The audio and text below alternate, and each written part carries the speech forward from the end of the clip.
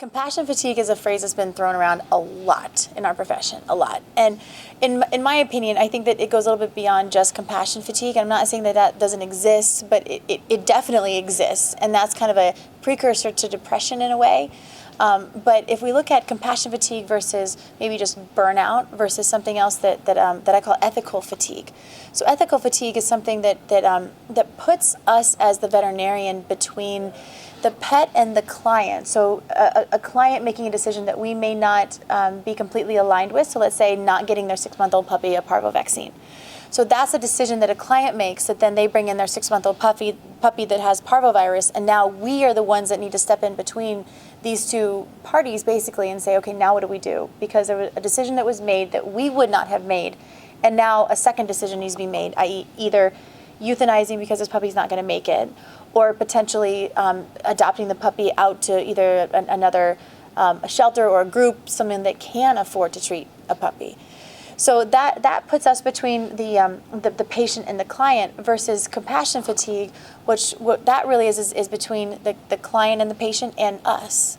So compassion fatigue is something that we can take very, very personally, that means that we end up feeling drained of our compassion, that we have no more compassion to give. This is just the way that I look at my own life. I'm never going to run out of compassion. I don't lack compassion. I'm not gonna run out of anything because I see myself as my own source of compassion.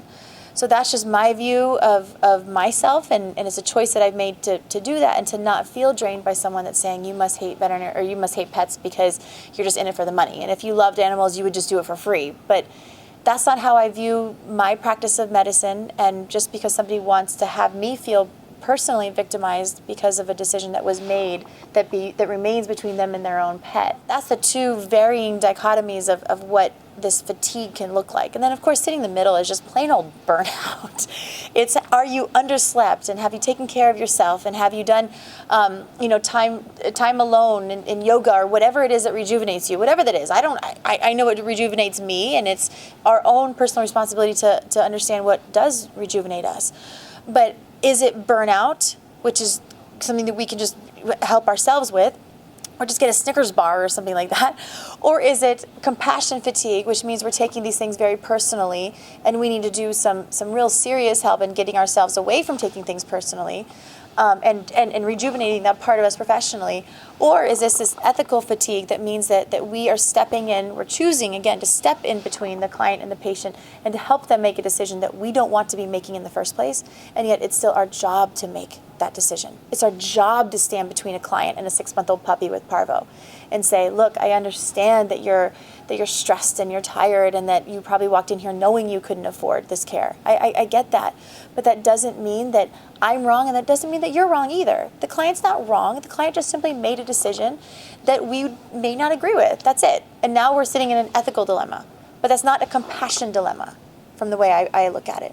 So there's 3 different ways to see it: compassion fatigue, ethical fatigue, or just plain burnout. I think if we do a better job of isolating what each of those things are for us personally, no one's going to be able to tell you personally what that is for you.